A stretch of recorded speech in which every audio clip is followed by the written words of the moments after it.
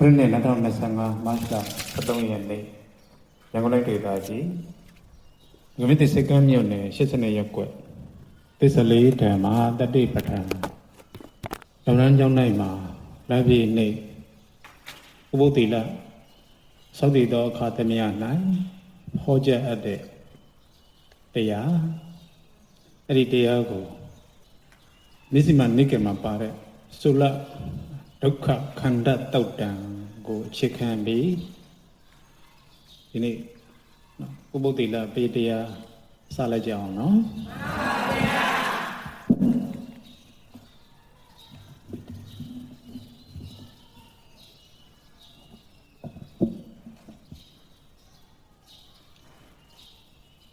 ကပ္ပလုတိုင်းပြည်ကမြတ်စွာဘုရားရှင်ရဲ့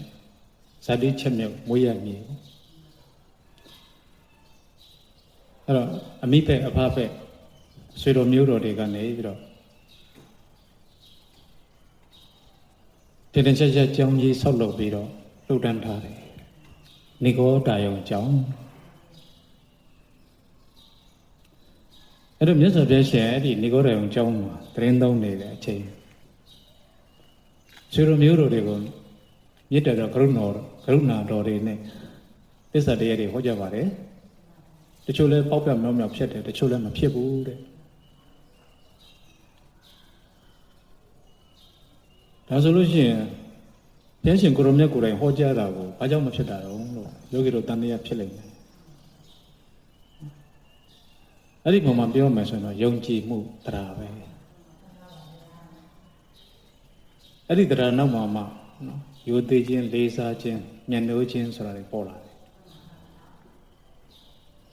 အဲ့ဒီပုဂ္ဂိုလ်ပေါ်မှာအဲ့လိုမျိုးယုံကြည်မှုတရားဖြစ်ပြီဆိုရင်နောက်ကဟောကြားတဲ့တရားတွေပေါ်မှာလည်းရိုသေမှုလေးစားမှုဖြစ်လာမှာပေါ့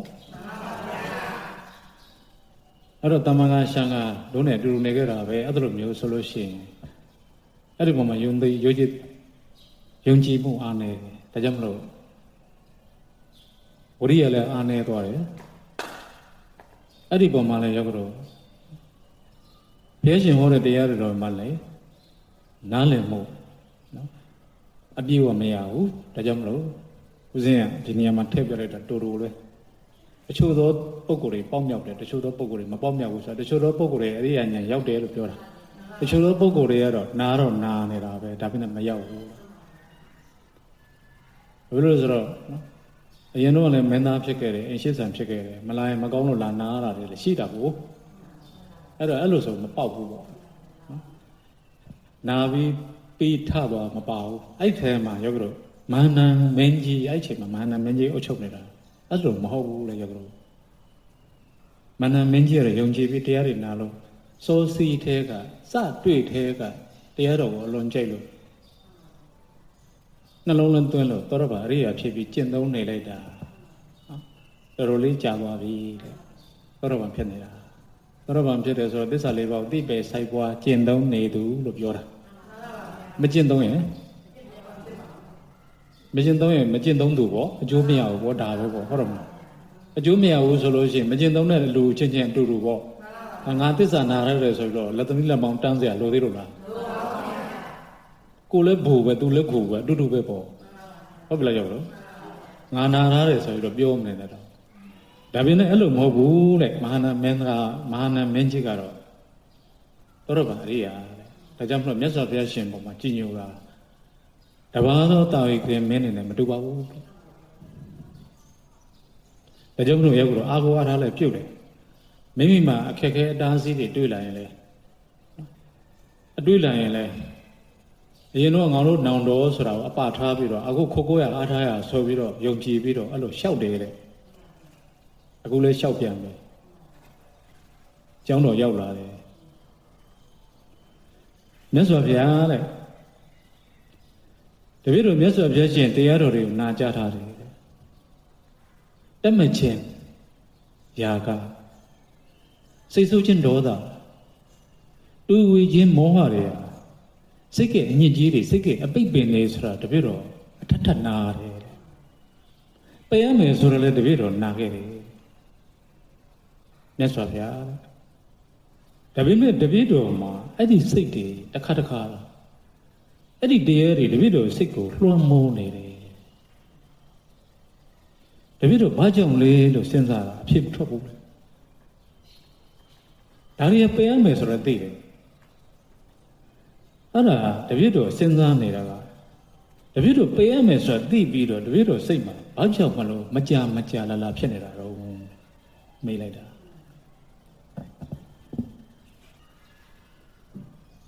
မဟာနာယာကဒေါသမောဟသူစိတ်မှာဖြစ်တာကိုသိလားမသိဘူးလားသိပါပါဘုရားယာကဒေါသမောဟဘာသစ္စာတော့ဒါဆိုဘာကြောင့်သိတာ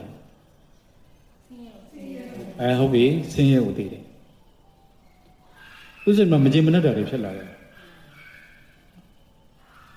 ယာကစိတ်ရှိတဲ့ခါကျတော့အဲ့ဒီအတိုင်းမဖြစ်တော့မကြင်မနှက်ဖြစ်လာတယ်မကြင်မနှက်တာဆင်းရဲပဲလက်တွေကယာကစိတ်ရှိတဲ့ခါကျတော့ရောက်တော့မကြင်မနှက်ဖြစ်လာတော့ဒေါမနတာတွေမဖြစ်ဘူးလားဖြစ်ပါတယ်ဒေါသတွေဖြစ်တယ်အဲ့တော့တာယာရှိတာလေလည်းတာယာလိုက်တယ်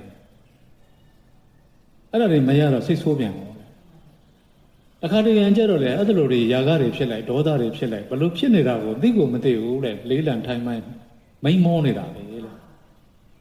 ဒါလည်းသိတယ်လေပယ်လို့မရဘူးဒါဦးဇင်းတို့သောတပန်ရိယာဖြစ်တဲ့ကျင့်သုံးနေတဲ့မာနမင်းကြီးရဲ့ဉာဏ်အမြင်ကိုဆွေးနွေးလိုက်တာဟုတ်ပြီနော်ရောက်ကြတော့ तू ကအဲ့လိုသိတယ်အဲ့လိုသိတဲ့အတွက်ကြောင့်ရှောက်တယ်ကဲဆက်လိုက်အောင်ဘုရားရှင်ဖြေတယ်မာနတဲ့သိရှင်မှာတက်မဲ့ခြင်းຢာကတွေစိတ်ဆိုးခြင်းဒေါသတွေတွေ့ဝေခြင်းမောဟတွေယံပယံကဖိစီးနေတယ်ဆိုတာမှန်လိုက်မယ်ဘာကြောင့်လဲဆိုတော့တင့်တန်ထမှာအဲ့ဒီတရားတွေမပယ်သေးရဘူးမပယ်ရသေးလို့ပေါ့ကွာမြတ်စွာဘုရားရှင်တော့တူတူလေးဖြစ်နေတယ်ဖြစ်တယ်ဆိုတော့ပယ်ပြီးလို့လားမပယ်ရသေးဘူးလားမပယ်ရသေးလို့ပေါ့ကွာဒါပေမဲ့ယောဂတော်သိဖို့တောင်လွယ်ပါမလားဟုတ်လားယောဂတော်သိဖို့တောင်မလွယ်ဘူးချို့ဖြစ်နေတာတော့မဖြစ်ဘူးလို့ထင်နေတာအဲ့ဒါဆိုရင်ယောဂတော်ကိလေသာရှိနေတာကိုမရှိဘူးလို့ထင်တယ်ဆင်းရဲရှိနေတာကိုမရှိဘူးလို့ထင်တယ်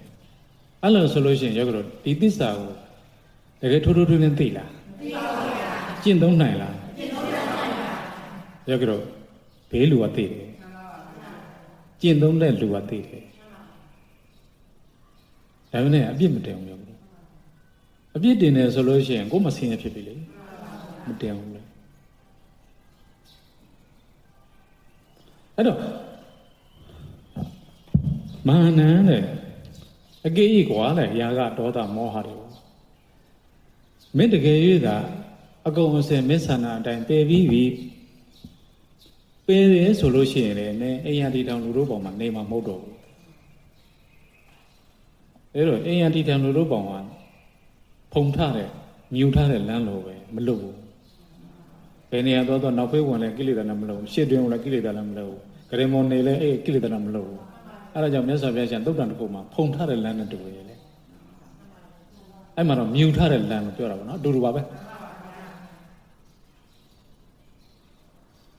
အဲ့လိုဆိုလို့ရှိရင်လည်းမစ္ဆန္ဒအတိုင်းအကုန်ပယ်ပြီးရင်လည်းမင်းနေတော့မှမဟုတ်ဘူးတဲ့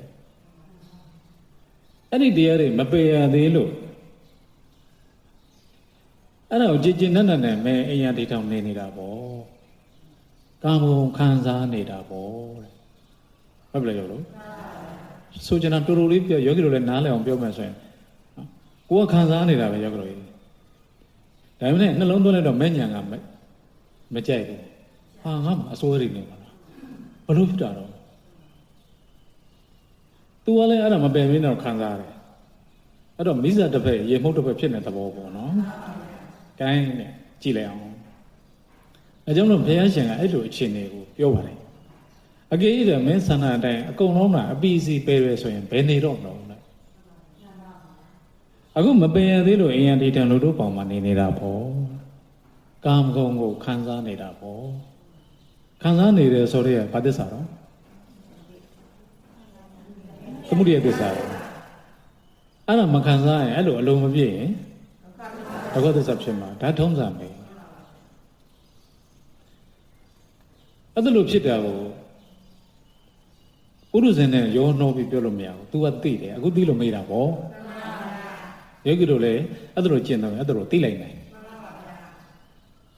အချင်းမာနနဲ့အရိယာတို့ရဲ့တပြည့်ဟာအဲ့လိုပဲအရိယာတို့ရဲ့တပြည့်ဟာတာမဂုံရဲ့ကာမဂုံမှာတာယာပွဲနေတယ်ပင်မခြင်းဆင်းရဲခြင်းများတယ်ဆိုတာကိုသိတယ်ဒါပေမဲ့သိပင်သိညာတော်လဲကာမဂုဏ်တို့မှကျင်၍အကုသိုလ်တို့မှဖယ်၍နှစ်သိချမ်းသာခြင်းရှိသောလက်စုပ်လက်ကင်ဇန်ချမ်းသာကိုမခံစားသေးဘူးတဲ့အစားထိုးဖို့မရှိဘူးဒါကြောင့်မလို့တဲ့ကာမဂုဏ်ကိုပြန်လှည့်နေတာဖြစ်တယ်ဘုရားမှာလက်စုပ်လက်ကင်အစားထိုးနိုင်တဲ့ချမ်းသာမရသေးဘူးတဲ့ဟုတ်လေရကြလို့ဒါကြောင့်မလို့ပြန်လှည့်နေတာလေ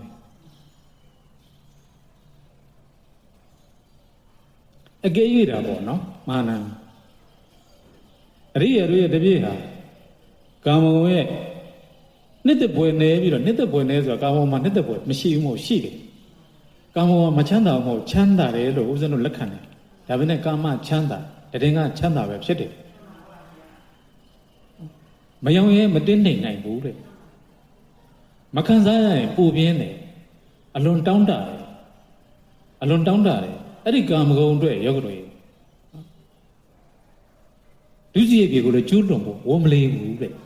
ဒါကြောင့်မလို့ကာမဂုဏ်ဟာတာယာပွဲနေပြီးဆင်းရဲတာများတယ်လို့အဲ့လိုပြောတာအချင်းမာနအရိယာတို့ရဲ့တပြေးဟာကာမဂုဏ်ရဲ့နှစ်သက်တာယာပွဲနေတာသိတယ်ဒုတိလူပဲဆင်းရဲများတာကိုလည်းသိတယ်တဲ့ဒါပေမဲ့တဲ့ဒုက္ခများကာမဂုဏ်တို့မှ၎င်းအကုသိုလ်၎င်းကျင်၍နှစ်သက်ချမ်းသာခြင်းရှိသောဇန်ချမ်းသာကိုမရသေးသမျှကလပလုံးနဲ့ပြန်လှည့်နေရတယ်ဟုတ်ပြီလေယောဂတော်သူကဒီလိုယောဂတော်ဇန်ချမ်းသာလို့ခုနပြောလိုက်တာသမာဓိချမ်းသာဆိုတာယောဂတော်ဝိတ္တဝိသရတာမဟုတ်လည်းတာမစင်လေးနဲ့နေပြီးတော့ပီတိနဲ့နေတယ်ပေါ်ပါတဲ့ချမ်းသာနဲ့နေတယ်အဲ့ဒီအချိန်မှာဘာခံစားမှညာခံစားမယ်ဖုံးကြည့်မယ်ရုပ်ရှင်ကြည့်မယ်ဟိုအိမ်သွားလည်မယ်ဟိုခရီးထွက်မယ်အဲ့ဒါမျိုးမကြံစေဘူးသူကချမ်းသာတယ်အစားထိုးထားတာဇန်ချမ်းသာနဲ့နေတာကိုအဲ့ဒါမရှိတော့ချစ်လွတ်ကြီးဆိုတော့ယောဂတို့ရေဟိုကတန်းတဒီကတန်းတအဲ့လိုဖြစ်လို့ပြန်လှည့်တာအဲ့လိုပြောတာဒါကြောင့်မလို့နေသိချမ်းသာခြင်းရှိသောတမာတိကိုမရတဲ့အတွက်ကြောင့်ပြန်လှည့်နေရတာလေဒုက္ခများနော်ချစ်လွတ်ဖြစ်တာကိုသူမနေတတ်ဘူးလေအဲ့တော့မြတ်စွာဘုရားရှင်ရောက်တော့ငါတော်မှအဲ့လိုဖြစ်ခဲ့ဘူးလေငါသစ္စာလေးပါးကိုထိုးထွင်းမသိခင်လောင်းတော်ဘဝထဲကကာမဂုဏ်ဟာတာယာပွဲနေတယ်ဆင်းရဲများတယ်ဆိုတော့ငါနှိုင်းချိန်ဆပြီးသိထားတယ်အဲ့တော့ဗုဒ္ဓကတော့ကိုဇနတော်ကကိုယ်မှသစ္စာသင်မှသိတာကိုဒီသမုဒိယရောက်ပြီးဆင်းရဲဖြစ်တယ်ဗုဒ္ဓကယောဂတော်အရင်အချိန်တည်းကအဲ့ဒီကာမဂုဏ်ရာကိုတန်းတာတယ်အဲ့ဒါလောင်မြိုက်တယ်လောင်ကျွမ်းတယ်ဆိုတော့သိတယ်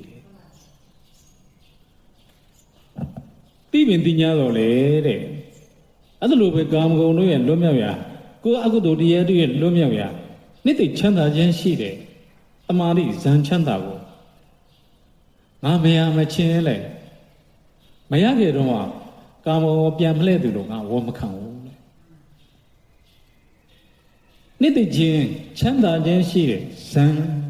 ဆင်းရဲကင်းတဲ့ဇန်ဆိုတာခုနကတော့နိဗ္ဗာန်ချမ်းသာအဲ့ဒါလိုရမသာလျင်ကာမဂုဏ်ကိုပြန်မလဲသူလို့ငါသည်ဝန်ခံခဲ့၏လို့ကောင်းစွာဟောကြားတော်မူလေတော်တည်း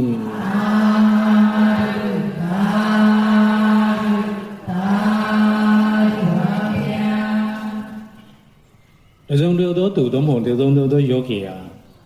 တတိတံစဉ်မရှိဘူးတတိတံစဉ်မရှိတဲ့အတွက်ကြောင့်တည်ငြိမ်မှုနှစ်သိမ့်မှုကိုမခံစားရဘူးအဲ့လိုဆိုလို့ရှိရင်သူဟာ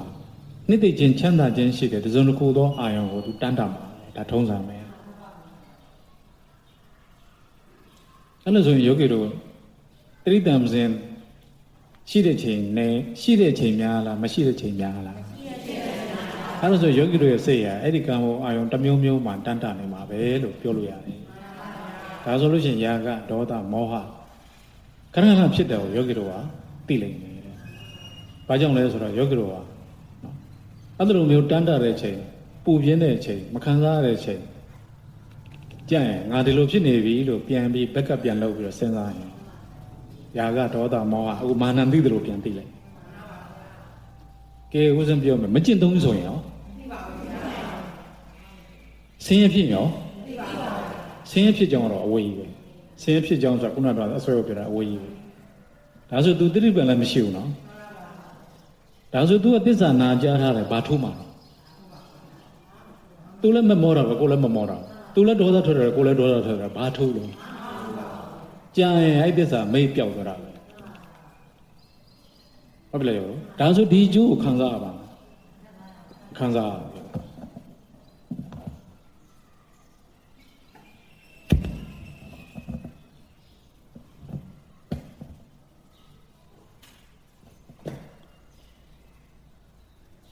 မြတ်စွာဘုရားရှင်ရောက်လို့ဒီဟာကိုကျင့်သုံးဖို့အတွက်မြတ်စွာဘုရားရှင်ရောက်လို့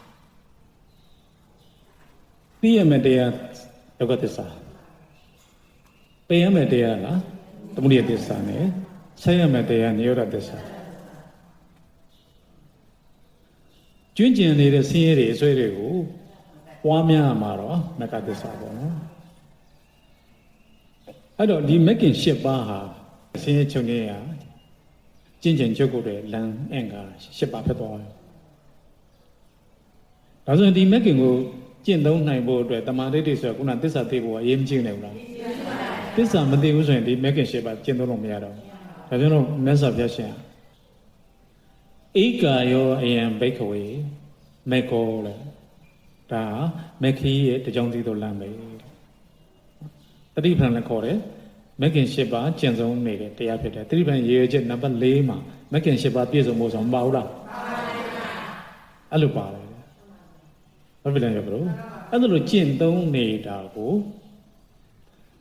မဂ်ကင်မလန်းမဂ်ကင်၈ပါးနဲ့ကျင့်သုံးနေတယ်အဲ့ဒီမဂ်ကင်၈ပါးထဲမှာခုနသမာဓိဋ္ဌိဆိုတာကသစ္စာကိုသိမြင်တဲ့ဉာဏ်ဒါပေမဲ့ကျင့်သုံးမှုတော့ပါမှာနော်တချို့ကသစ္စာသိရင်ရပြီဆိုပြီးတော့အဲ့လိုမျိုးနေကြတာရှိရပြီဆိုတာအဲ့ဒီမှာမေဃသစ္စာမှာလည်းရောက်ကြလို့သစ္စာ၄ပါးကိုသိတယ်ဆိုတာဒုက္ခသစ္စာကိုဘုရားဟောကြားတဲ့အတိုင်းဒုက္ခကိုအနက်ကိုမသိဘူးတလွေးသိထားရင်ရောအကျိုးခံစား권မရနိုင်ဘူးဒုက္ခကိုမှန်ကန်မသိဘူးဆိုလို့ရှိရင်ဒုက္ခဖြစ်ကြောင်းရှာလို့မရတော့ဘူးအဲဒါဆိုဟိုရှာဒီရှာတွေလုပ်ကုန်ဒုက္ခကိုမှန်ကန်မသိဘူးဆိုလို့ရှိရင်ဘာဒုက္ခဘာအခက်အခဲဖြစ်လာလဲဒုက္ခဖြစ်ကြောင်းကိုရှာတဲ့အခါမှာခက်သွားတယ်ဒုက္ခဖြစ်ကြောင်းဆိုတာဘာသစ္စာတော့သမုဒိယသစ္စာအဲ့တော့ဟိုဘဝပဲဖြစ်တယ်လို့ဒီဘဝကြမှာပဲဖြစ်တယ်လို့အဲ့လိုလိုဖြစ်ကုန်တယ်ဒုက္ခကိုမှန်ကန်သိပြီဆိုလို့ရှိရင်တော့ဒီသမုဒိယကိုသိအဲ့တော့မြတ်စွာဘုရားရှင်ကဒီပြိဋိဘနာတော့ရှင်းလာတော့ဟောတာသူပဒါပြပိုက်ကိုဟောတယ်မှာပါတယ်မဂ်ကင်၈ပါးသာသနာအကျင့်သာသနာ၌မဂ်ကင်၈ပါးမရှိဘူးမရှိတဲ့အတွက်ကြောင့်ကျင့်သုံးသူလည်းမရှိဘူးကျင့်သုံးသူလည်းမရှိတဲ့အတွက်ကြောင့်လေပရမယဟန်ဆိုတဲ့သောရပန်ယဟန်လည်းမရှိဘူးဒုတိယယဟန်ဆိုတဲ့သရဂံလည်းမရှိဘူးတတိယယဟန်ဆိုတဲ့အနာဂံလည်းမရှိဘူးယဟနာဆိုတဲ့သရုပ်ထယဟန်လည်းမရှိဘူးအကျဉ်းတဏ္ဍာမှာမဂ်ကင်၈ပါးရှိတယ်ဆိုလို့ရှိရင်ဒီပုဂ္ဂိုလ်၄မျိုးလည်းရှိတယ်မဂ်ကင်၄ယောက် ဖလထန်၄ယောက်နဲ့ဝိပဿနာ၄ယောက်ဆိုတဲ့12ယောက်တော့12ပါးတော့ဒီပုဂ္ဂိုလ်တွေရှိတယ်သူပဒါငါဘုရားရှင်သာသနာမှာမက်ခင်7ပါးရှိတယ်အဲကြောင့်မလို့လေမက်ကရန်၄ယောက်မဲ့ပုဂ္ဂိုလ်၄ယောက်ဖို့ပုဂ္ဂိုလ်၄ယောက်နဲ့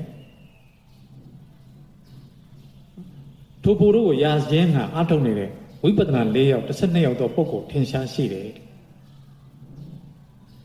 ထင်ရှားရှိတယ်ဒါကြောင့်လို့ထိုပုဂ္ဂိုလ်တွေဟာမိမိတို့သိသောတရားကိုတပါးသောသူတို့ကိုလက်ဆင့်ကမ်းဟောကြားလိုက်တယ်အဲ့ဒါလို့လက်ဆင့်ကမ်းဟောကြားတဲ့အတွက်ကြောင့်မဂ်ကင်7ပါးရှိတဲ့သာသနာတော်မှာဘေသောခါမယဟန္တာမစိတ်သုံးဘူးလို့မြတ်စွာဘုရားရှင်သည်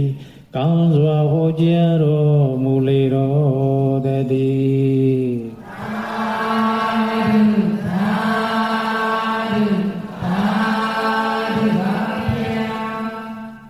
အဲ့ဒီမှာကျမ်းမြင့်လေးပြောမယ်ဆိုလို့ရှိရင်မက်ကေဖို့ရမက်ကရန်တို့ဖို့ကရန်တို့ပါလာတယ်ဝိပဿနာခဏထားဝိပဿနာနောက်မှရှင်းလိုက်မက်ဖို့နိဗ္ဗာန်ဒါကတော့အမြဲတမ်းကြားနေရဟုတ်ပြီလေဒါဆိုရင်မက်ကတော့မက်ကင်7ပါးမက်ကင်7ပါးဟာကျင့်သုံးမယ်ဆိုရင်သစ္စာ4ပါးသိမှရတယ်မက်ကင်4ယောက်မက်ကင်4ယောက်ဆိုတာကတော့ခုနကတော့သောရပန်တရဂံအနာဂံယဟန္တာလို့ပြောတာဒီမက်တွေဟာကိလေသာကိုပြသမုဒိယကိုပြတယ်ဒီသမုဒိယရဲ့အကျိုးဆက်အကျိုးတရားဖြစ်တဲ့ဒုက္ခကိုပြပထမဆုံးစသိတဲ့ပုဂ္ဂိုလ်မပြစ္ဆဝေငောဝိတခါတို့အဲ့လိုမျိုးသိသူတို့စင်းရုံသူတို့သိတယ်အဲ့ဒီစင်းရဲဆိုတော့ပမကန်သိတယ်ပေါ့လေပမကန်သိတဲ့စင်းရဲဖြစ်ရမယ်သူတို့စင်းရုံသူတို့သိတယ်အဲ့ဒီစင်းရဲဖြစ်ကြောင်းအစွဲကိုသူတို့သိတယ်သမုဒိယကိုသိတယ်ဒါကြောင့်မို့အဲ့ဒီသမုဒိယကိုရောက်ကြတော့သူတို့တန်ဆွမ်းနိုင်တယ်လို့ပယ်လိုက်တယ်ပယ်လိုက်တဲ့အတွက်ကြောင့်အဲ့ဒီသမုဒိယကြောင့်ဖြစ်တဲ့ဆင်းရဲချုပ်ငြိမ်းအောင်ရတယ်။ဒါကြောင့်မလို့ရတယ်တနည်းအားဖြင့်စိုက်တယ်။နောက်ထပ်ကြံနေတာတွေကိုလည်းသိတယ်။မလုံနိုင်တာတော့ဒီတိုင်းပဲလုံနိုင်တော့လုံတယ်။ဟိုမဟာနာလို့ပေါ့ပထမမက္ခရံတရားပထမမက်ကိုကျင့်သုံးသူဒုတိယပုဂ္ဂိုလ်ဟာရောက်ကြတော့တိုးပြီးတော့သိတယ်ဘာတွေကိုတိုးသိလဲဆိုတော့ဆင်းရဲကိုတိုးသိတယ်အစွဲကိုတိုးသိတယ်တိုးသိတဲ့အတွက်ကြောင့်တိုးပြီးပယ်တယ်အဲ့လိုတိုးသိခြင်းအဲ့ဒီမှာယောဂတို့ထည့်ပြီးတခါလေးပြောလိုက်မှဆိုရင်ဒုက္ခသစ္စာကိုကြတော့ပိုင်းခြားသိတာသိရပဲသိရမယ်သမုဒိယကြတော့ပယ်ရမယ်အနေနဲ့သိတာပယ်အနေနဲ့သိတာအဲ့ဒါကြောင့်ပယ်နိုင်တဲ့လောက်ကိုပယ်တဲ့အတွက်ကြောင့်ယောဂတို့အပူပန်အရင်နဲ့ပိုကင်းသွားတာနိရောဓသစ္စာပဲဒါဆိုလို့ရှိရင်ပရမမက္ခရံပရမမက်ပုဂ္ဂိုလ်သောရပန်ပုဂ္ဂိုလ်နဲ့အခုနောက်ဆက်ပြီးကျင့်တဲ့ပုဂ္ဂိုလ်နဲ့တူပါမလားတူပါပါဘုရားမတူနော်မတူတော့ဘူးပြောတော့အဲ့လိုဆိုလို့ရှိရင်သူ့ရဲ့မဲ့အမြင်ဟာပြောကြတော့ယော့သွားတာတိုးလာတာမဲ့အမြင်တိုးတယ်မဲ့အမြင်တိုးတယ်ဆိုတာဘာကိုပြောနေတာလဲကိုဆင်းရဲကိုတိုးသိဆင်းရဲမှာအဲ့မှာပြောတာနော်ခန္ဓာ၅ပါးကိုပြောတာမဟုတ်ဘူးနော်တောကပရိဒေဝဒုက္ခဒေါမနတဥပါယတကိုပြောနေတာဟုတ်ဗမာလိုပြောနေတာအဲ့ဒါလို့ဆိုတော့အဲ့ဒီတောကတွေအဲ့ဖြစ်တဲ့လူကတောကတွေဖြစ်တာဒီအစိုးရကြောင့်ဖြစ်တာမဟုတ်လားကိုလိုချင်တာမရတော့တောကဖြစ်တယ်လေလိုချင်တာဘာသစ္စာလဲမရတဲ့ခါကျတော့မဖြစ်မှကြောက်တာဘာသစ္စာကဲအဲ့လိုဟုတ်ပြီဆိုတော့တိုးသိလာတဲ့ခါကျတော့ယောဂတွေတိုးသိလာတဲ့တဲ့အောင်တိုးပြီးတော့ဒီသမုဒိယကိုပယ်တဲ့အတွက်ကြောင့်ယောဂတွေပို့ပြီးတော့တောကငြိမ်းအောင်ရောက်တယ်ဒုတိယမက်ပုဂ္ဂိုလ်ဟုတ်ပြီလားယောဂအဲ့လိုဆိုလို့ရှိရင်ယောဂတို့ကိုကအဲ့လိုမလုပ်ဘူးဆိုလို့ရှိရင်အဲ့လိုတိုးပြီးတော့သိလည်းမသိဘူးပယ်လည်းမပယ်နိုင်ဘူးအဲ့တော့ယောဂတို့အပူပန်ကင်းရလဲမခံစားရဘူးမနေ့ကပူတယ်ဒီကိစ္စနောက်နေ့လည်းပူတာပဲနောက်နေ့လည်းပူတာပဲအပူပန်နဲ့မရှိဘူးလား အခုအဲ့ဒီပူပန်နေပယ်ပြီးပြီလားဒီတိုင်းပဲထားတာဒီတိုင်းပဲထားတာပေါ့ဟုတ်လားမဟုတ်ပြီလေဟိုပြောပြတာအမြင်ကိုပြောပြတာဟုတ်လားနှမျောနေတာလားအဲ့လိုနှမျောတဲ့လူတွေရှိလို့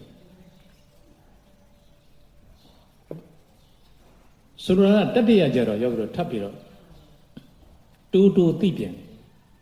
အဲ့လိုတူတူသိပြန်တဲ့အတွက်ကြောင့်ဒီအစင်မဲ့ရောက်တော့တူတူသိပြန်တဲ့အတွက်ကြောင့်ရောက်တော့ဒီအစွဲသမှုရိယကြောင့်ဒီဆင်းရဲဖြစ်တာပဲဆိုပြီးတော့အဲ့ဒီဆင်းရဲကြတော့နုညံ့တိမ်မွေ့စွာဖြစ်တာမတိပတာလေးပူလားဖုံးမလားသေးဘူးရောက်ပါမလားနုညံ့တိမ်မွေ့စွာပူတာသိတယ်မက်ကသိတယ်ရအောင်ဖန်ထားတယ်မင်းဆွဲရှိနေပြီဘာဖြစ်လို့လဲဆိုတော့မတိမတာပူနာကိုကြည့်ပြောဒါပေမဲ့ तू ကလည်းအဲ့ဒါကိုပယ်နိုင်တဲ့လောက်ပယ်တယ်ရနိုင်တဲ့လောက်ပယ်တယ်ပယ်ရတဲ့ကြောင့်ရောက်တော့အဲ့ဒီပူပန်ခဲ့ပြီးလွတ်လွတ်လပ်လပ်ကြီးနေရတယ်လွတ်လွတ်ကျွတ်နေရတယ်ပူပန်ကင်းနေနေရပေါ့ပေါ့နေရအဲ့ဒါကြောင့်တတိယမက်ကိုရောက်တယ်သရုဒ္ဓမက်ကိုရောက်တဲ့ခါကျတော့ရောက်ကြတယ်လုံးဝဝိမု ക്തി ကိုရောက်တယ်ဝိမု ക്തി ကိုရောက်တယ်အဲ့ဒါခုနကဦးစင်းပြောလိုက်တဲ့ကဲမက်ကရဲ့အမြင်ကိုချုပ်ပြောလိုက်တော့မက်ကဘာကိုမြင်လဲဆိုတော့ဆင်းရဲကိုမြင်တယ်အစွဲကိုမြင်တယ်နော်တူပြီးမြင်လာတော့ပထမမက်ပုတ်ကိုဒုတိယမက်ပုတ်ကိုတတိယမက်ပုတ်ကိုသရုဒ္ဓမက်ကိုပထမမက်ပုတ်ကိုကတော့သောရဗံသရုဒ္ဓမက်ပုတ်ကိုကတော့အရဟတမေညာနာပုတ်ကိုမက်ပဲရှိတယ်အဲ့တော့ဒီမက်ကအလုံးလုံးတယ်သူ့ရဲ့အလုပ်ကရောက်တော့ဆင်းရဲကိုပြတယ်အမှုရိယကိုပယ်တယ်ဆင်းရဲချုပ်ငြိမ်းရကိုအရောက်ပို့ပြီးဆင်းရဲချုပ်ငြိမ်းရမှာသူကအဆုံးတတ်တယ်အဲ့ဒီနေရာပို့တဲ့အတွက်ကြောင့်အဲ့ဒီဆင်းရဲကင်းရကိုခံစားရတယ်စံစားအကြမ်းမြင့်ပြုံးရင်တော့ရောက်တော့မက်ကနေတော့တန်အောင်စံ3ပါးကိုပယ်လိုက်တယ်နောက်ခါကျတန်အောင်စံ5ပါးပယ်လိုက်တယ်တန်အောင်စံ5ပြီးတော့တန်အောင်စံ8ပါးကို9ပါးကိုပယ်လိုက်တယ်ပြီးလည်းပြီးတော့တန်အောင်စံ10ပါးလုံးပယ်လိုက်တယ်အဲ့လိုမျိုးဆင်ငယ်ပယ်သွားတယ်ဒါကျင့်သုံးနေမှရမှာနော်ကျင့်သုံးနေမှရမှာအဲ့လိုကျင့်သုံးတော့အစစ်စစ်ဖြစ်သွားတဲ့ခါကျတော့ချမ်းသာလည်းတို့လို့သူနဲ့ရှင်တွဲတာရတယ်ဖို့တွေရတယ်ဆင်းရဲကင်းရအောင်ရတယ်အဲ့ဒီမှာရောက်လို့အဝိဇ္ဇာရဲ့အခန်းကဏ္ဍထည့်ပြောအရဟတမက်မှာမြင်တာဒီဆင်းရဲတွေတန်အောင်စင်10ပါးလုံးရောက်လို့ကိလေသာ10ပါးလုံးကိုထုတ်လုပ်ပေးနေတာအဝိဇ္ဇာပဲလို့သိပါတယ်သရုဒ္ဓမက်မှာနော်အောက်ကမက်တည်းလည်းသိတယ်ဒါပေမဲ့မပယ်နိုင်ဘူးအဲ့ဒီသရုဒ္ဓမက်မှာအဲ့ဒီအဝိဇ္ဇာတရားကိုရောက်ကြတော့စသိပြီးတော့နော်အဝိဇ္ဇာနဲ့ဝိဇ္ဇာရောက်ကြတော့ကြောချင်းကပ်ပဲအမြင်မှားတယ်ဝိဇ္ဇာအဝိဇ္ဇာလားအမြင်မှားနေတာအဝိဇ္ဇာအမြင်မှန်တယ်ဝိဇ္ဇာအဲ့ဒီမက်ကအမြင်မှန်သွားတယ်အဲ့ဒီအမြင်မှားကြောင့်ကိလေသာတွေတန်ရုံးစင်တွေအာသောတရားတွေဖြစ်ရတယ်အဲ့ဒီအမြင်မှားအဝိဇ္ဇာကိုပယ်လိုက်တယ်ဘာကြံတော့ဝိဇ္ဇာကြံတော့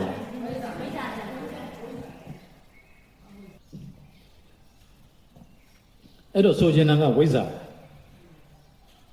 ဒါပေမဲ့အဲ့ဒီဝိဇ္ဇာဉာဏ်နဲ့ပဲဖို့တွေကိုခံစားသွားတာနော်ဒါဆိုအောက်ကဖို့တွေကရောသောတာပတ္တိဖို့ရောတဲ့သောတာပတ္တိဖို့မှလည်းဒီအဝိဇ္ဇာကြောင့်ဖြစ်တဲ့သိတယ်ရောက်ကြလို့ဒါပေမဲ့မပယ်နိုင်ဘူးတရဂံအနာဂံတွေမှလည်းသိတယ်မပယ်နိုင်ဘူးနော်ကွင်းလုံးကျွတ်အလျင်းပယ်နိုင်တာကတော့အရဟတမက်မပယ်တာအရဟတမက်ပါတာအဲ့ဒီမှာရောက်ကြလို့အလျင်းအကျွင်းကိလေသာရောခုနတော့အဝိဇ္ဇာရောပယ်ပြီးဖြစ်တယ်တဲ့မက်ကပယ်လိုက်တယ်ဒါကြောင့်မလို့ချမ်းသာကိုရတယ်ဖို့ရတယ်ဒါဆိုလို့ရှိရင်ရောက်ကြလို့မက်နဲ့ဖို့နဲ့ဆက်ဆက်မှာမဟုတ်လားဒါကြောင့်မလို့ပယ်တယ်မက်ပယ်ပြီးတဲ့အတွက်ကြောင့်ချမ်းသာခံစားရတယ်ဆင်းရဲကင်းရကိုရတယ်ဖို့အဲ့လိုမျိုးဆင်းရဲနဲ့ဖို့၄ယောက်ပေါ်ပေါက်လာတယ်မက်၄ယောက်ပေါ်ပေါက်လာတယ်ဖို့၄ယောက်ပေါ်ပေါက်လာတယ်မဟုတ်လားအဲ့ဆိုနိဗ္ဗာန်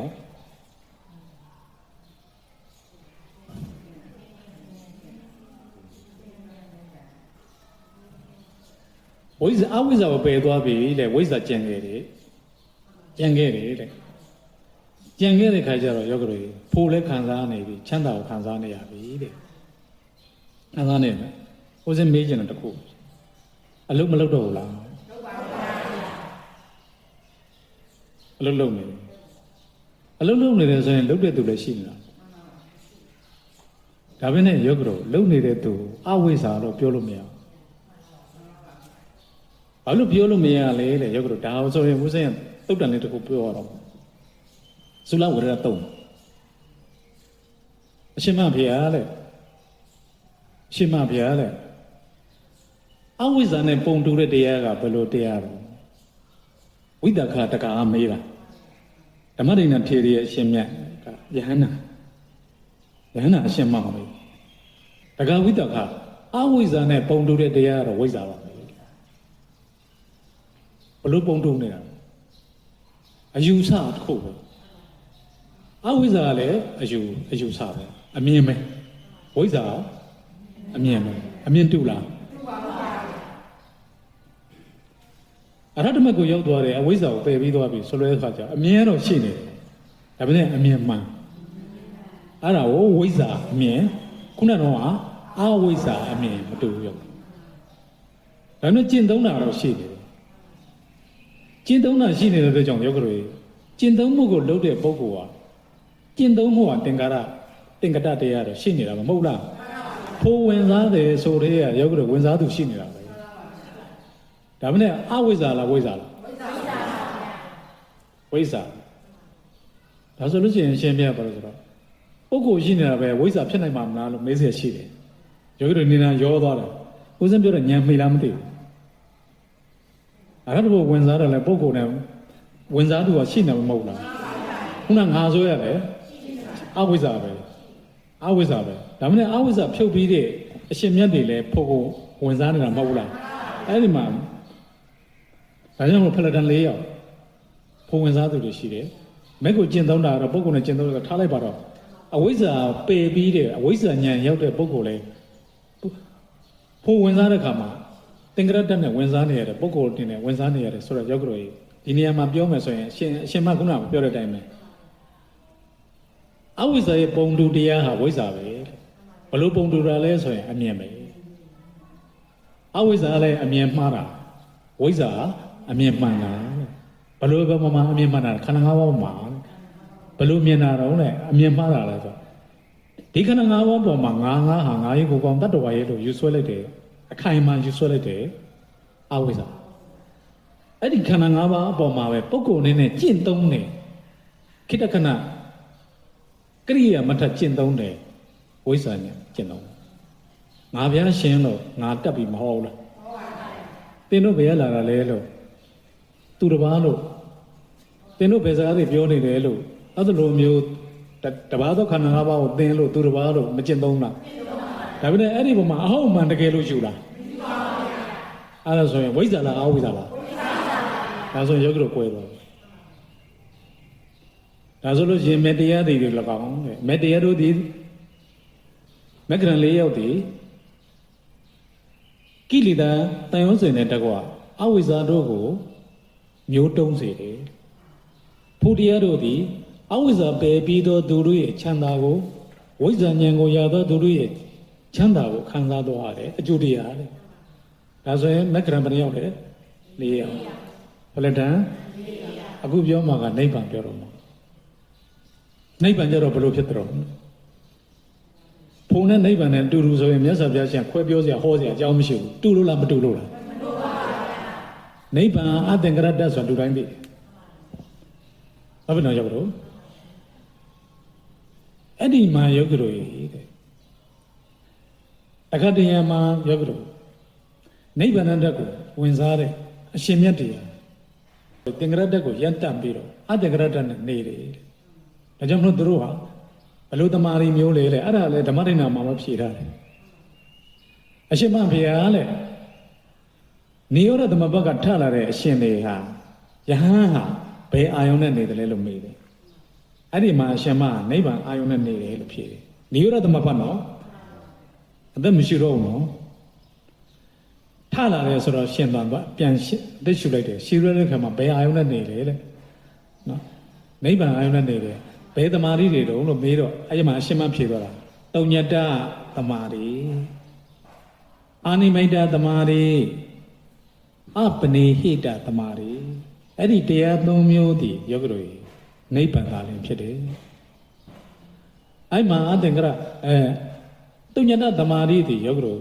ပုဂ္ဂိုလ်တော်ယောက်ျားမိန်းမကိုနော်အထင်လည်းမရှိဘူးနော်အသုံးလည်းမရှိဘူးကျင့်သုံးဝယ်ရမရှိတဲ့ကျင့်သုံးသူမရှိတဲ့ကျင့်သုံးခြင်းမရှိတော့တဲ့အတွက်ကြောင့်ယောဂတို့အပိပိုင်လွတ်မြောက်သွားတာခုနဒါကြောင့်မလို့အရှင်မပြောတာပါအဝိဇ္ဇာပုံတူတရားဝိဇ္ဇာနဲ့တူတယ်လေဝိဇ္ဇာဘာနဲ့တူလဲဆိုတော့ဝိမု ക്തി နဲ့တူတယ်ဝိမု ക്തി ဆိုတဲ့တရားပေါ်လာ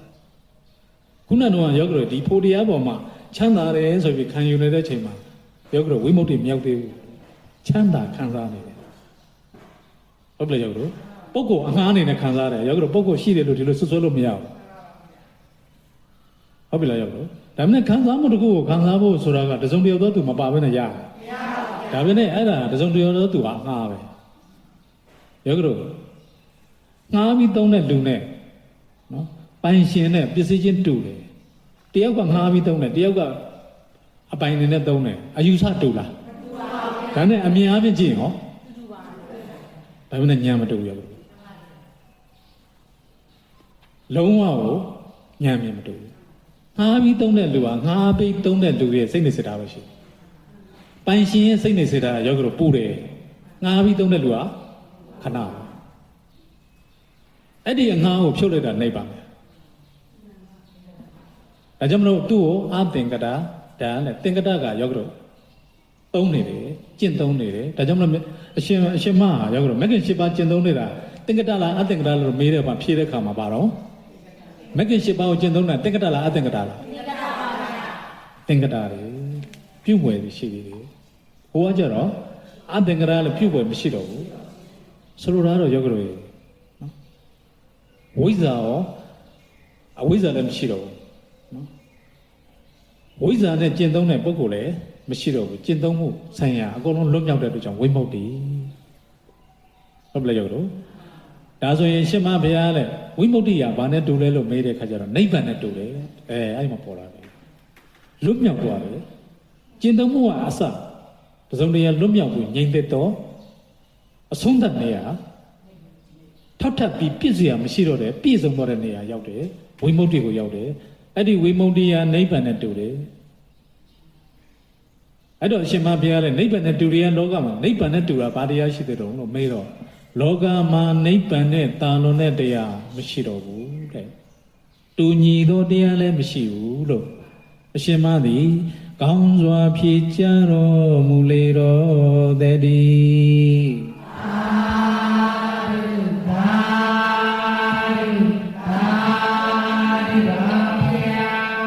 ီပြိဋိဘံမှာသုံးတဲ့မက္ကရန်၄ယောက်ဒါကိုလည်းယောဂီတို့သိပြီအဲ့ဒီအကျိုးတရားဆင်းရဲချုပ်ငြိမ်းရာပလတန်၄ယောက်လည်းသိပြီဟုတ်ပြီယောဂီတို့ဒါဆိုရင်ဝိပဿနာ၄ယောက်ကပါဘောဝိပဿနာ၄ယောက်ကရောအဲ့တော့သောတာပန်ဖြစ်ဖို့ဆိုတာယောဂီတို့အခုတရားသွန်းတာအခုယဟန်ဝတ်ချက်ချင်းလုပ်လို့ရမရပါဘူးဗျာ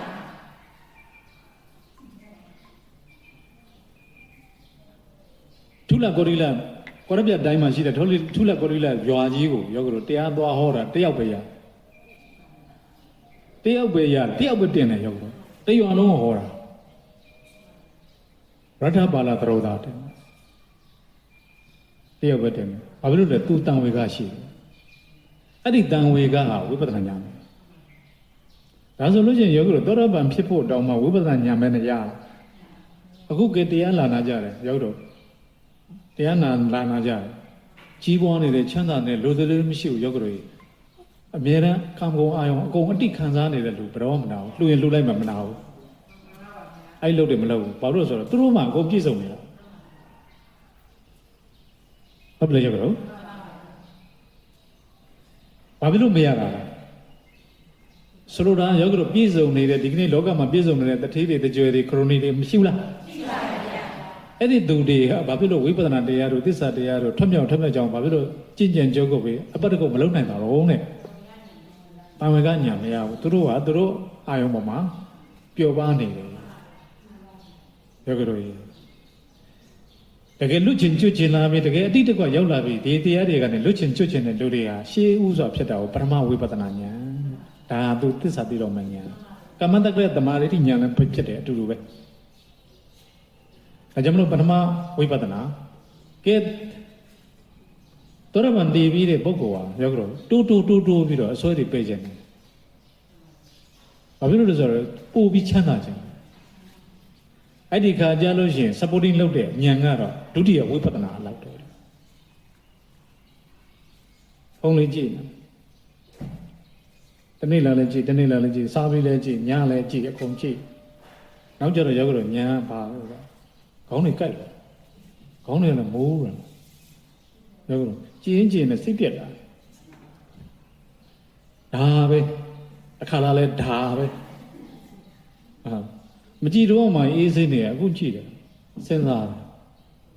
ဘာဖြစ်လို့ဒီဆင်းရဲဖြစ်တာလဲကြည့်လို့ဖြစ်တာပေါ့ဘာလို့ကြည့်တာလဲစွဲလို့ပေါ့ဘလို့စွဲတာလဲဟောရင်တော့ကြည့်တာလေးကိုပြန်ပြီးအဆက်ကလေးကြည့်ချင်တယ်အဲ့လိုမျိုးဆိုတော့ရောက်တော့ဒီခါတော့တကယ်ထားလိုက်ပါတော့စိတ်ပြက်လာတယ်အဲ့တော့ရော့မတော်ဘူးလားဘယ်ကနေဖြတ်တာလဲဆင်းရဲကိုသိတယ်အစွဲကိုသိတယ်ဒီအစွဲကိုဖြတ်ဖို့အတွက်ဝိပဿနာတခါလာလဲဒါပါပဲတခါလာလဲဒီလိုပါပဲဆိုတာဝိပဿနာဉာဏ်ရောက်ကြတော့ဒီလိုပါပဲဟုတ်တယ်မလားတော်ကြကြရင်အိုးပြော့နေတော်ကြကြရင်ကွဲတော့မှာတော်ကြကြရင်ဖြစ်တော့ပြဿနာဖြစ်တော့မှာဒါတော့မျိုးသူတို့ခါလည်းကြည့်မလို့တော့အုံနောက်6လို့ခေါင်းကိုက်လို့ဟုတ်တယ်မလားဒါပဲဘာပဲဝတ်ဒါပါပဲအဲ့ဒါလိုမြင်တာအတုပဝဲမြင်ဆက်စုပ်ပွဲဝဲမြင်မမြဲတာဝဲမြင်ဒီပုဂ္ဂိယဒီပဲမြင်ဝိပဿနာဉာဏ်ပဲဘာလို့ဖြတ်တာတော့အစိုးဖြတ်ဖို့အဲ့ဒါဒုတိယဝိပဿနာဉာဏ်တတိယလည်းအလားတူပဲတတိယရောက်တော့အစစ်မြင့်လာတယ်ငါအခုတိုက်ခန်းနေလည်းရှိတယ်2ခန်း3ခန်း4ခန်းဘာလို့ဖို့စဉ်းစားအခုဘာလို့မှာအသက်ကဘယ်လောက်ကြံနေလဲရေဘူးရပြည့်ကြည့်ဟမ်နှစ်20တော့သိမသိကြအခုကဘာလုပ်လဲဒီအတွက်တွေလုပ်နေရတော့ဘယ်လိုတော့ပြောလို့တရားဝင်ပိုင်ဆိုင်နေနော်တရားနဲ့ဖြင့်ပိုင်ဆိုင်တဲ့အပေါ်မှာတော့အစွတ်ရောဒါဆိုလို့ရှိရင်သူဘာအောင်မြင်တာလဲဒီဥစ္စာတွေကိုစိုးရဲနေတယ်ဆင်းရဲကိုမြင်တယ်ဒီအစွဲတွေကိုမြင်တယ်ဒီအစွဲတွေကိုမြင်တယ်ကိုယ့်ကိုအပြစ်တင်လာတယ်အဲ့တော့ဒီပစ္စည်းတွေရဲ့ဒီဥပရိတွေရဲ့ဒီသဘောတွေကလည်းကြည့်လိုက်တော့ခါကြတော့အကုန်ထားခဲ့တယ်များလေပြဿနာဖြစ်တယ်အဲ့တော့ပြဿနာဖြစ်ပြီဆိုလို့ရှိရင်ယောဂရေကိုယ်မကောင်းကြောင်းပြောမှာအဲ့ဒီသွားတဲ့လူရှုပ်လို့ပေါ့အပြောခံအောင်မှာအဲ့ဒါကြောင့်သိပြီးစိတ်ဝင်စားတော့အဲ့ဒါတွေလည်းသိလုံးနေတော့ကြုံတဲ့လူယူပဲအဲ့ဒီဥစ္စာကိုအဲ့ဒီသဘောကိုသိတဲ့အတွက်ကြောင့်ခန္ဓာရဲ့မမြဲတဲ့သဘောကိုလည်းသိတယ်သိရမယ့်သဘောကိုလည်းသိတယ်ဒါတွေကလည်းကြုံတဲ့လူယူမယ်ဆိုတော့သိတဲ့အတွက်ကြောင့်ယောဂရေအဲ့ဒါလိုမျိုးအမြဲတမ်းဆန်းစစ်အမြဲတမ်းအားထုတ်နေတဲ့သူကတတ္တယဝိပဿနာဝိပဿနာကိုပြောနေတာနော်ဝိပဿနာကြားကြတယ်ယောဂရေကြားကြဟိုဘက်ဘက်ကိုကူးဖို့အတွက်ဖို့ကူးဖို့အတွက်သူကအဲ့လိုမျိုးကြားရရနေပြီးဆင်ញင်ပေးနေ supporting လုပ်နေတာဘုရားရဲ့တောင်းတရညံတော်တော်ကြီးတာတော့ယောဂရေအဲ့ဒီ technique ကိုမသိရင်တက်လို့မရတော့တက်လို့မရဒါကြောင့်မလို့စိတ်ဝင်စားတဲ့လူတွေဦးဇင်းတို့တနာတယ်တော်တော်တမိုးကြီးတာကိုစိတ်ဝင်စားလို့ဆိုတော့တော်တော်ခံရမှာအဲ့ဒါလိုမျိုးဖြစ်ပြီးတော့နောက်ဆုံးဝိပဿနာရောက်တော့အထက်မက်ကိုဝင်တော့မယ်ဆိုတော့အသက်ဇီဝအသက်တို့ဇီဝတို့ရောက်ကြတယ်ဒါကြောင့်မလို့ယုံညံ့တယ်လို့မြင့်မြတ်တယ်လို့မရှိတော့ဘူးဆေးယုံတို့ဆေးကန်းတို့ရောက်ကြခွဲစိတ်ကန်းတို့ကြည့်လိုက်ရောက်ကြပိုလိုပလက်တွေကြီးပဲဘာမက်ဆေ့ရှိတယ်သူဂုဏ်တရက်တွေရှိတယ်သွားမလုံးနဲ့တော့ဒါ PhD ရှိသေးလားအဲ့တော့ဆိုလိုချင်တာကအဲ့ဒါတွေလည်းမမက်တော့အဲ့ဒီမှာအာသောကုစတုထဝိပဿနာပုတ်ဒါကြောင့်မလို့တစုံတရာမက်ပုံရှိတော့ဘူး ဒီကိုပေါ်လဲထိပါမှုမရှိတော့ဘူးထိပါလားလဲတုံ့လို့ချင်းမရှိတော့ဘူးယောဂတို့သိချင်းရဲ့အဆုံးသက်ကိုလေတုံ့လို့ချင်းမရှိတော့ဘူးပူပန်ခြင်းလည်းမရှိတော့ဘူးအာသောကုန်ပြီအာသောကုန်တဲ့အထိအထက်တော်ကိုပို့လိုက်ပြီတဲ့စရုပ်ထာဝိပဿနာအကြောင်းလည်းမြတ်စွာဘုရားရှင်ကနေပြီးတော့ဒီပင်ဟာပြိနိဗ္ဗာန်တုံ့မှာခုနကတော့ယောဂီတို့ဒါဆိုလို့ရှိရင်မဉ္ဇဉ်ရဲ့ဘုံဉဏ်ရဲ့နိဗ္ဗာန်ရှင်းပြီနော်ဟုတ်ပြီနော်ယောဂီတို့ဒါဆိုရင်အချင်းချုပ်လေးပြောမယ်ဆိုလို့ရှိရင်ယောဂီတို့မဉ္ဇဉ်ကအဝိဇ္ဇာကိုတဏှာနဲ့အဝိဇ္ဇာကိုတွေ့တယ်တဏှာနဲ့အဝိဇ္ဇာကိုပါသွားအောင်ဖြတ်သွားတယ်မဉ္ဇဉ်သူဖြတ်တဲ့လောက်ကိုဟိုဘက်မှာဆိုရင်ချင်းပူပန်ချင်းတုံလုံးချင်းကင်းလေခံစားရတာကဘုံဉဏ်လေဒါဆိုလို့ရှိရင်ဘုံဉဏ်ကုံတောက်လျှောက်ကိုဝိဇ္ဇာဉာဏ်နဲ့ခံစားရတယ်လို့မှတ်လိုက်ပါဒီဘက်မှာကိလေသာနဲ့ရှင်ပြီးသမုဒိယဖြစ်တာကအဝိဇ္ဇာနဲ့ဖြစ်တယ်လို့မှတ်လိုက်ပါကိလေသာရောပြီးတော့အဝိဇ္ဇာပါသွားတာကဟိုဘက်မှာဖို့ခံစားတယ်လို့မှတ်လိုက်ပါဖို့ဆိုတော့ယောဂတွေမျက်စိတွေစုံမိတ်ပြီးတော့နော်တင်မလန်ခွေပြီးတော့ယောဂတွေဘာမှမသိတော့ဘဲနဲ့နော်ဖို့ဝင်စားလိုက်တာဇောကြီးဖို့ဝင်သွားတော့အဲ့လိုမဟုတ်ဘူးနော်ယောဂတွေအဲ့လိုမဟုတ်ဘူးနော်ကိလေသာကင်းခြင်းဆင်းရဲချုပ်ငြင်းခြင်းကိုမျက်မှောက်ပြုတ်နေတဲ့ဉာဏ်ကိုပြောတာပါဒီ position ကိုလိုက်ကြည့်နေတယ်အဲ့တော့မြတ်စွာဘုရားရှင်တတ္ထဌာနမှာရောက်တော့ထိုင်လဲထိုင်တယ်ရက်လဲရက်တယ်ရှောက်လဲရှောက်တယ်တဏှာထဲမှာရှိလားရှိပါဘူးဒါဉာဏ်ရာပဲဒါခန္ဓာရာမဟုတ်ပဲဒီ body ကိုပြောတယ်မဟုတ်ဘူးအခုဦးစင်းပြောနေတာဉာဏ်ရာကြီးပဲမဟုတ်ဘူးလားဟုတ်လားဝိပဿနာထောက်ကိုတော့မှပစ္စည်းတက်တဲ့သဘောဖောက်ပြန်တဲ့သဘောပိုင်ရမပေါ်ဘူးလို့ပြောတာခဏလေးပဲဆိုရတကယ်လှုပ်တာကဆင်းရဲဆွဲဆင်းရဲပဲ့ဟုတ်ပြီနော်ရောက်လို့အဲ့ဒါကြောင့်လေနောက်ဆုံးတော့ရောက်လို့ပြုတ်ွယ်ကိစ္စပုံဆုံးသွားတယ်အတ္တကရကိုရောက်တယ်ဗာလဲနိဗ္ဗာန်အဲ့ဒီနေရာကြီးကိုခြေခြေပြပြောရောက်လို့နားလည်းမပြောတော့ဘူးဒါကြောင့်မလို့လေမြတ်စွာဘုရားရှင်ကနေပြီးတော့သူပ္ပဒါပရပိုက်ကိုသူပ္ပဒါမေအင်္ဂါ၈ပါးရှိသောငါဘုရားရှင်သာသနာ၌မေဖန်၄ယောက်ဒီဟူသောပုဂ္ဂိုလ်ပလထန်၄ယောက်ဒီဟူသောပုဂ္ဂိုလ်ဝိပဿနာ၄ယောက်ဒီဟူသောပုဂ္ဂိုလ်12ပါးသောပုဂ္ဂိုလ်တို့သည်ထင်ရှားစွာရှိတို့ပုဂ္ဂိုလ်တို့သည်လေမိမိတို့နာကြားသောတရားကျင့်သုံးသောတရားတို့ကိုစင်ငယ်ဟောကြားလိုက်သူပဒါလေမက္ခင်ရှိသောသာသနာ၌တဲ့ဘယ်သောအခါမှယဟန္တာသည်မစိတ်သုံးသာသည်လို့ကောင်းစွာဟောကြားတော်မူလေတော်တည်း